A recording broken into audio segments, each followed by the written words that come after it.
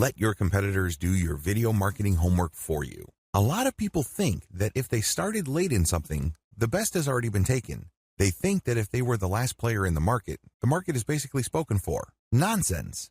In fact, it's a golden opportunity. Do you understand how hard it is to break into a new industry? If the niche is very new, the early players basically have to throw a lot of spaghetti on the wall to see what sticks, and it costs money to throw pasta on the wall. It costs money and time to experiment with video after video to get the sentiment of your target market. This is why a lot of them fail.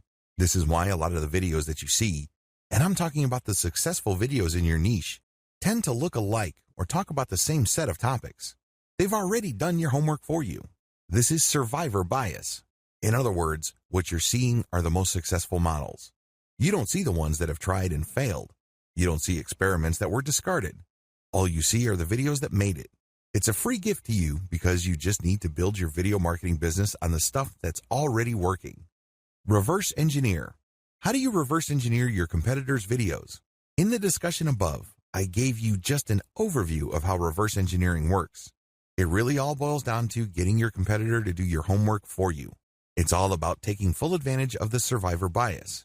Now, in this discussion, I'm going to step you through the process that I use to reverse engineer my video competitors. Answer the following questions. Instead of laying out steps, I'm just going to step you through the questions that you have to ask. These questions actually filter your video ideas. They really go a long way in guiding you as to what the next step is. What is the video for? Ask yourself when you watch a video, what is it marketing? Is it a supplemental or incidental video regarding content, or is it the meat and potatoes? In other words, it's the product itself. Is the video getting you excited about looking for a solution, or excited about a specific range of solutions for a problem? Or is the video pushing a specific product, brand, and model directly? This is the difference between supplemental and incidental marketing, which is basically opening your mind to possible solutions, and direct product marketing, which is basically reviewing or describing a specific product that you're supposed to buy. What type of video marketing am I looking for? There are many different types of ways to market. You can market by offering videos, so when you watch a video, it's really a review of a specific product. The great thing about reviews is that people who read reviews or watch review videos are actually already interested in the product. They just need to be sure that they're making the right decision, but unfortunately, that's only one type of marketing. Videos involving consumer guides. Basically, you identify a problem, and then you describe different solutions to the problem. This video has to be followed up by another video that talks about a narrower range of solutions, and then ultimately, it must talk about the solution that you are promoting. Otherwise, you're not going to make any money. Other videos focus on lifestyle. So basically, you have a video spokesperson talking about the common concerns of people who use a particular type of product. For example, makeup. This person would talk about the importance of the right blush or the right eyeshadow. This person would then discuss the different categories of products that are available and then drill down to specific products. Pay close attention to the type of videos that predominate your niche. If it turns out that most of your competitors are targeting your niche through product review videos, then this is the clue you need to offer mostly review videos. What video format do they use? What is the industry standard in your niche regarding narration? How do your competitors present the problem, position the solution, and present the value? Some would come out and say it. Others would try to scare people and then come up with solutions. And others would talk about the existing solutions and then knock them down one by one because of their shortcomings. What they're really doing is making the most common solutions look bad so they can make their proposed solution, and that is the affiliate product that they make money on, look better. So pay attention to the format. You have to watch video after video to see how your competitors position their sales pitch. What are the prevalent video standards in my niche? Another key question you need to ask involves video standards. How long do videos in your niche run? How long are videos in your niche normally? On average, how long should the video be? What are the dimensions of the video? What are the common distribution platforms for my niche?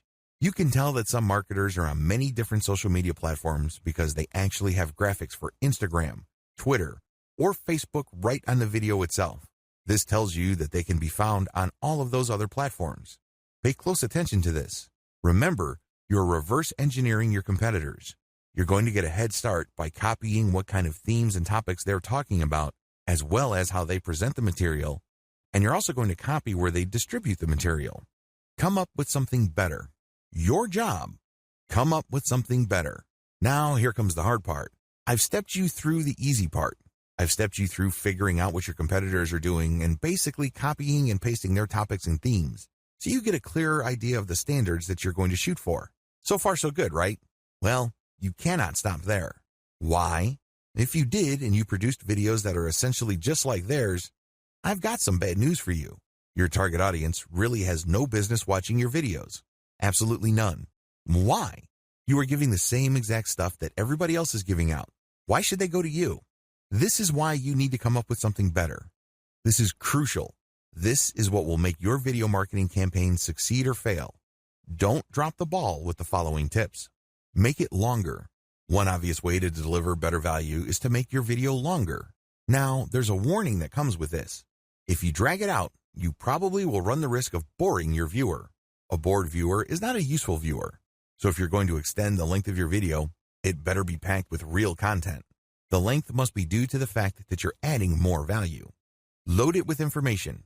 Why are people watching your video in the first place? They want to learn something. Maybe they have a problem and they're trying to solve it. Maybe they're trying to wrap their mind around a concept and they want to learn more. Pack your video with more information than your competitors. Make it easier to understand. The problem with packing a video with a lot of information is that eventually people would get information overload. Bad idea.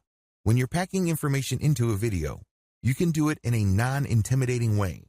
You can do it in a way that doesn't turn off people. How? Present it in an easy-to-understand format. Maybe you can create diagrams. Maybe there's a nice little outline that flashes from time to time.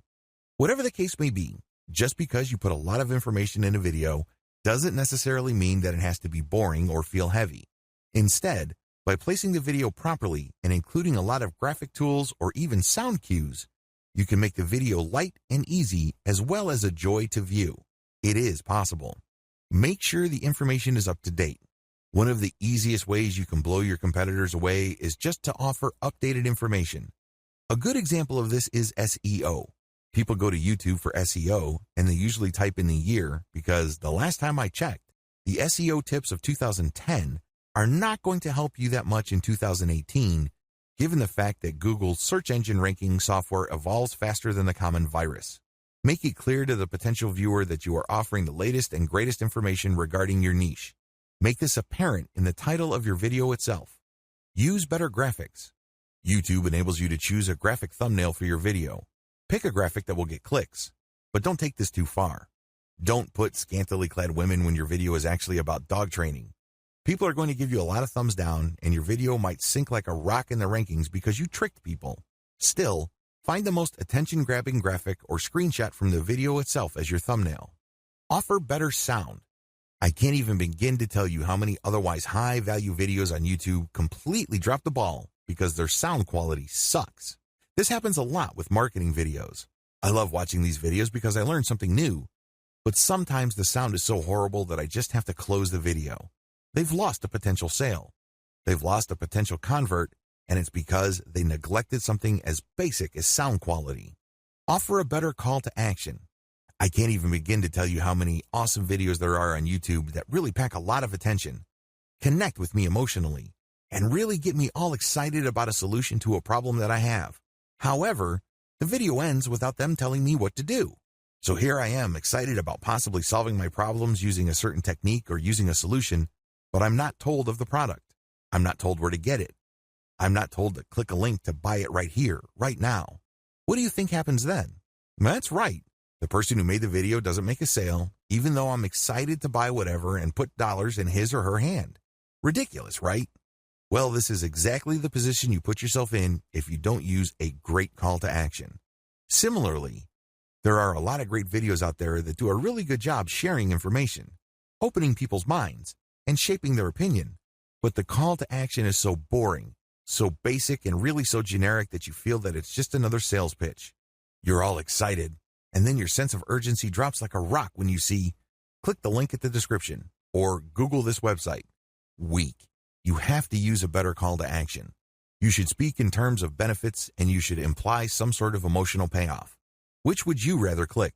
Click this button, click here, order now, or Start living the life you've always dreamt of living by firing your boss today after signing up for this video marketing course. Which would you rather click? It should be obvious. There has to be some sort of direct tie with the benefit or ultimate outcome you're looking for. You're not just looking for your skin to clear up if you're considering on buying an acne product. There's more to it than that. You want to feel more confident. You want to feel more beautiful or handsome. You want to be appreciated and acknowledged. Right now, you feel like you're just another face in the crowd.